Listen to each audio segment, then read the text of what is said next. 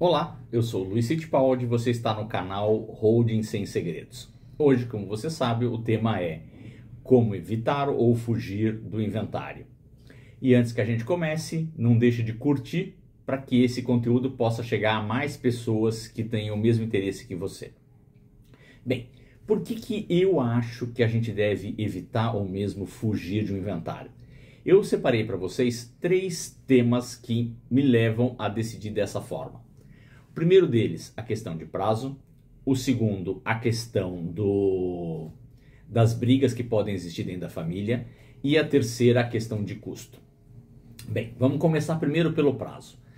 Vocês sabem que um inventário judicial, ele demora, quando ele é muito rápido, tá? 6 meses a 1 ano. E ele pode demorar décadas. Nós fechamos um inventário o ano passado no escritório, que ele começou em 1989. Então, ou seja, e não é porque teve briga. Por uma série de fatores, demorou muito tempo e sempre demora, tá? O inventário judicial a gente nunca sabe quando ele vai terminar, por mais simples que ele seja. Aí você me fala, tá, mas eu tenho o inventário e vou fazer no cartório de notas. Maravilha, a gente realmente no escritório agora, sempre que tem que fazer um inventário, vai para o inventário de notas, para o cartório de notas. Mas ele tem algumas exigências. Primeiro, toda a documentação tem que estar toda em ordem, senão você tem que ir para a justiça.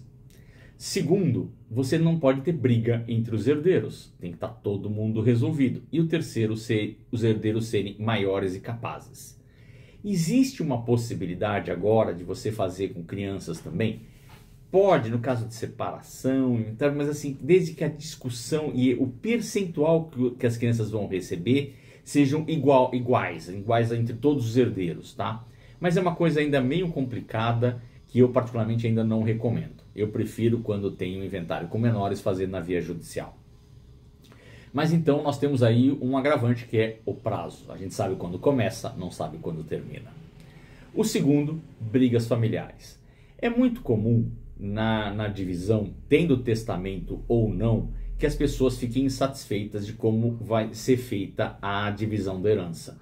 Uns acham que vale uma coisa, outros que valem outra. Então sempre pode ter brigas. E essas brigas às vezes afastam os membros da família, o que é muito ruim. Então, quando você faz um planejamento familiar antecipado, com a criação de um sistema de holding, que a gente vai explicar em outros vídeos como ele funciona, você evita esses problemas. Por quê? Você evita o prazo porque não vai ter inventário. Você evita as brigas porque você já definiu tudo de antemão e não tem discussão. Ponto final. Mas o que eu ainda acho que é ainda mais gravoso muitas vezes para a família é a questão do custo. Quando a gente tem um inventário, a gente primeiro não pode esquecer que o inventário muitas vezes pega uma família despreparada. Ela pode até ter um patrimônio muito elevado, mas ela não necessariamente tem dinheiro. E para você fazer o inventário, você precisa de dinheiro. Por quê? Você vai ter basicamente 4 custos. O primeiro, da documentação. Você tem que resolver e conseguir toda a documentação necessária. Muitas vezes isso envolve não só certidões, como regularizar imóveis, e isso gera custo. Se o imóvel não estava em nome do falecido, você vai ter que primeiro regularizar isso. Então isso é pagar despesas que você não estava prevendo. Então só a documentação já pode ficar cara. Segundo, as custas, sejam judiciais ou de cartório, elas são percentualmente sobre o patrimônio. Então, ou seja, também podem ser um valor bem elevado, no mínimo 1% sobre o valor do patrimônio no judicial. E no cartório de notas, eles seguem uma tabela de acordo com o estado que você esteja e vai seguir de acordo com o valor do patrimônio, tá? Mas também é um valor elevado. O registro de imóveis também vai seguir um valor de acordo com o valor do imóvel que está registrado na prefeitura da localidade em que ele se encontra. O terceiro ponto são os honorários. Vocês sabem que os honorários advocatícios, o advogado ele vai cobrar um percentual sobre o patrimônio, até para poder seguir a orientação da Ordem dos Advogados, da qual ele faz parte, e ele pode ser penalizado se ele não seguir. É lógico, isso é discutível entre as partes, mas geralmente ele vai entre 5% e até 10% do valor do patrimônio. Então pode ser realmente um valor bem elevado para você conseguir no momento difícil, mesmo que você parcele com o seu advogado. Lógico, você vai me falar, mas eu posso negociar um percentual menor, ele é meu amigo de infância, ou meu patrimônio é muito grande. Sim, mas 10% de 100 mil consegue ser bem menos do que 3% de 50 milhões. Então, ou seja, proporcionalmente pode pesar no seu bolso. E o que é mais gravoso ainda é o imposto sobre herança. Hoje em São Paulo ele é 4%. Em alguns estados, como Rio de Janeiro, Mato Grosso, Goiás, ele já é na ordem de 8% desse patrimônio. E pior, ele é calculado de acordo com as regras do estado. Ou seja, aqui em São Paulo, um imóvel,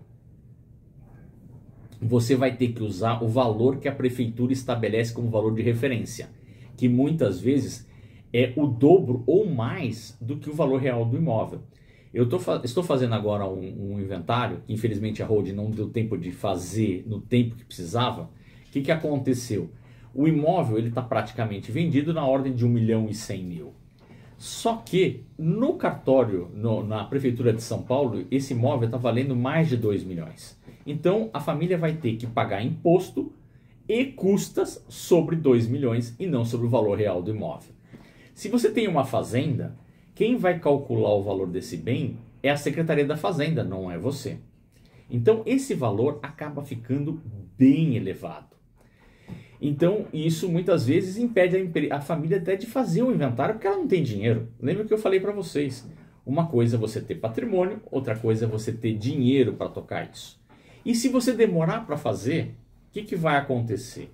Você vai pagar multa sobre esse imposto. Se você ultrapassar o prazo, aí dependendo se você escolher via judicial ou extrajudicial, de 60 ou 120 dias, você vai ter mais multa sobre isso. Então é por isso que no meu caso aqui, a gente recomenda que você planeje isso antecipadamente. Que é o quê? Fazer uma holding. A gente vai explicar mais sobre a holding em outros vídeos no futuro, mas você pensa só na questão de custo. Não vamos pensar nem na questão de prazo, na questão de evitar brigas, que isso vai acontecer numa holding.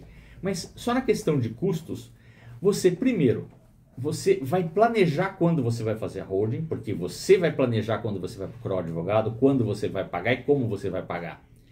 E isso vai evitar que quando acontecer um fato que às vezes pega a sua família de surpresa, já está tudo resolvido. É por isso que Luiz, e o nosso escritório recomenda que você fuja do inventário através do sistema de holding, tá? Se você gostou desse vídeo, não esqueça de compartilhar com seus amigos e nos vemos no próximo vídeo.